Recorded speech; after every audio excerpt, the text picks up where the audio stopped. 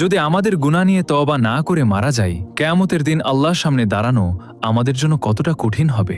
এরপর হযরত আদম আলাইহিসসালাম সবাইকে বলবেন, তোমরা হযরত নূহ আলাইহিসসালামের কাছে যাও। তখন সমস্ত মানবজাতি হযরত নূহ আলাইহিসসালামকে খুঁজতে শুরু করবে।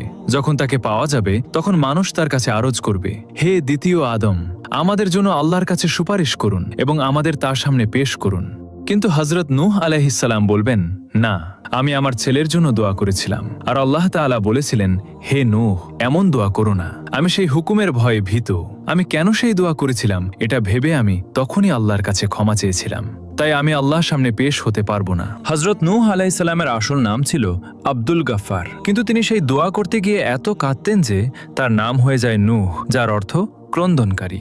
এত কান্নার পরও কিয়ামতের দিন আল্লাহর সামনে যেতে তিনি ভয় পাবেন। তাহলে আমাদের কথা একবার চিন্তা করুন, আমরা যারা গুনাহের জন্য কাঁদি না, বরং গুনাহ করে খুশি হয়ে অন্যদের